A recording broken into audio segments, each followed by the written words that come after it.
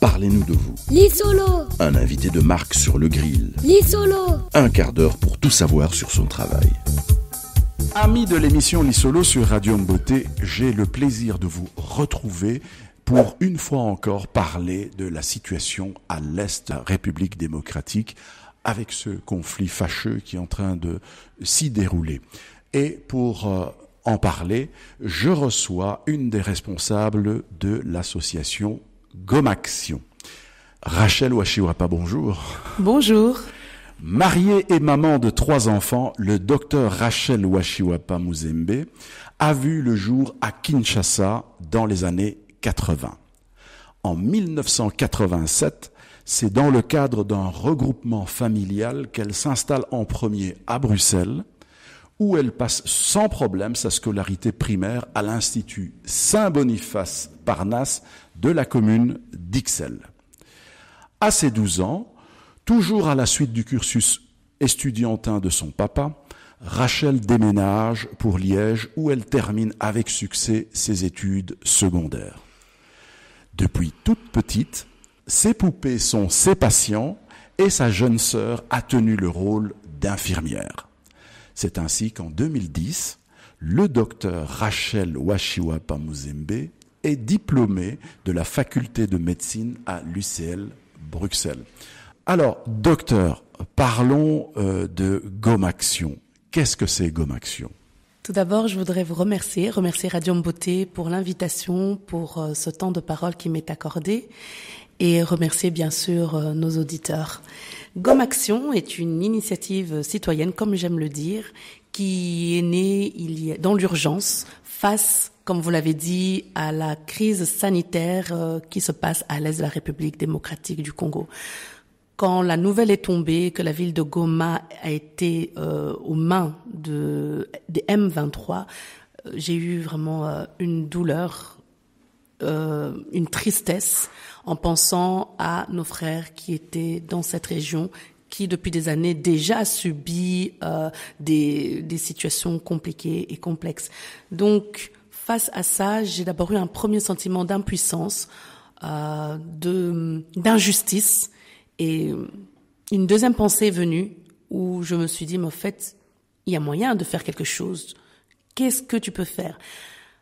L'élément déclencheur était une émission de radio que j'écoutais dans laquelle on relatait la situation à Goma notamment, où un adolescent avait reçu une balle dans la tête et souffrait d'atroces douleurs. Le médecin qui était en charge de ce jeune homme disait qu'il n'y avait pas de morphine, qu'il n'y avait rien et qu'il était dans l'incapacité de soulager les douleurs de ce patient. Cela m'a fait très mal. Donc je me suis dit, il y a moyen de faire quelque chose, tu es médecin. C'est ainsi que j'ai appelé mes amis, médecins, pharmaciens, infirmiers et même des personnes d'autres secteurs d'activité nous ont rejoints et nous avons constitué alors le collectif Gomaction. Le but était de penser, de réfléchir à ce que nous pourrions faire pour aider la population là-bas sur place. Il en est ressorti une collecte de médicaments, matériel médical, produits d'hygiène et aussi, pourquoi pas, des dons financiers afin d'atteindre cet objectif. Et c'est ce que nous sommes occupés à faire. Alors, dans cette association Gomaction, est-ce que vous pouvez nous citer quelques personnalités ? Parce que bon, c'est quand même un corps d'élite. Hein. Je rappelle que les médecins poursuivent un long cursus scolaire et rien qu'en regard de cela, on peut considérer que c'est une partie importante de notre population. Et j'ai toujours une pensée particulière pour les médecins, parce qu'ils nous soignent, tout simplement. Hein, ils doivent être d'une humanité. D'ailleurs, vous le démontrez avec Gomaction. Est-ce que vous avez quelques noms, qui pourraient donner du crédit à votre action ? Bien sûr. Déjà, notre action se fait en partenariat avec FIS, qui est le Forum des intellectuels congolais de l'étranger, qui est une ISBL qui se trouve en Belgique, en France et un peu partout dans le monde.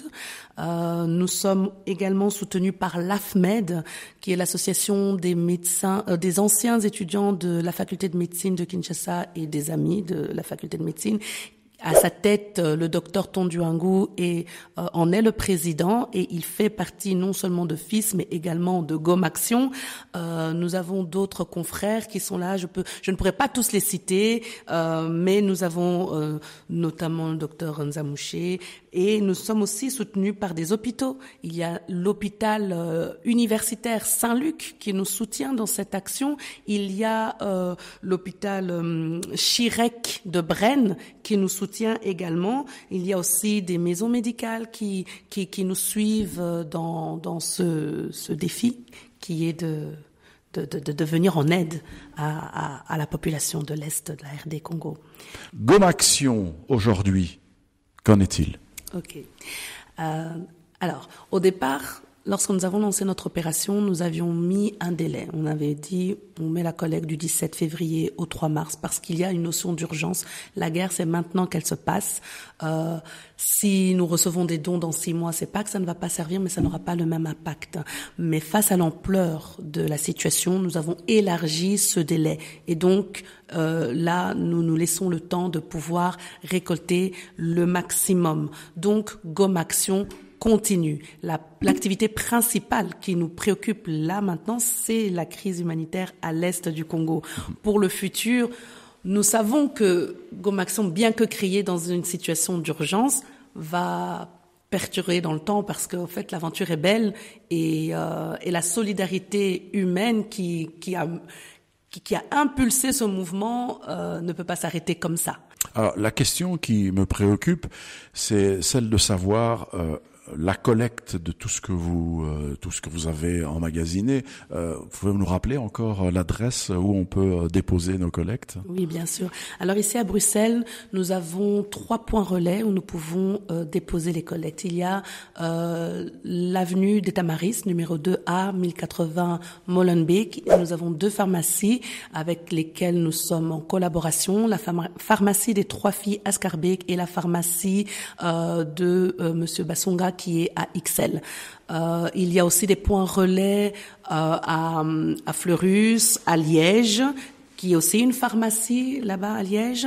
Nous avons aussi des associations hors des frontières de la Belgique qui nous apportent du soutien. Il y a l'association Mombasa qui est en train de mettre en place également un point relais pour des personnes de France parce que GOMAction est sorti des frontières de la Belgique et des personnes de France commencent à nous appeler aussi pour nous demander mais qu'en est-il, où est-ce qu'on peut déposer les dons? Donc nous sommes en train d'organiser aussi un point relais en France. J'ai cité tout à l'heure le docteur Daniel Tonduangu qui est médecin à l'hôpital de Sens en Bourgogne. Là, l'hôpital de Sens s'est mobilisé. D'ailleurs, j'ai oublié de citer quand je citais les hôpitaux. L'hôpital de Sens s'est mobilisé pour nous envoyer des dons et des collectes et les infirmières libérales avec qui il est en connexion ont aussi fait des dons. Et d'ailleurs, je profite de l'occasion pour remercier tous nos donateurs, toute personne qui a contribué d'une manière ou d'une autre à ce que nous ayons, ce que nous avons déjà, du fond du cœur. Merci. Mama Rachel tokomi na suka ya lisolo na biso ya lelo. Maloba ya suka na kati ya lisolo oyo esalemaka na monoko ya mboka. À vous. Bandeko, papa, maman, totelema mboka.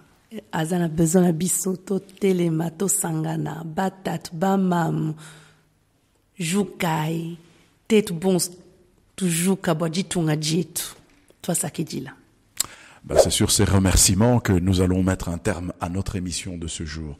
Alors, comme d'habitude, si vous voulez écouter nos émissions en direct, vous voulez écouter la radio en direct, ainsi que réécouter à l'infini nos podcasts, rien de plus facile que d'aller sur Internet et taper www.mbote.info. Souscrivez à nos réseaux sociaux que sont Facebook, Instagram et TikTok. Et enfin, le pouce levé, nous vous recommandons de vous abonner à notre chaîne YouTube Mbote TV. Que la paix des ménages soit avec vous.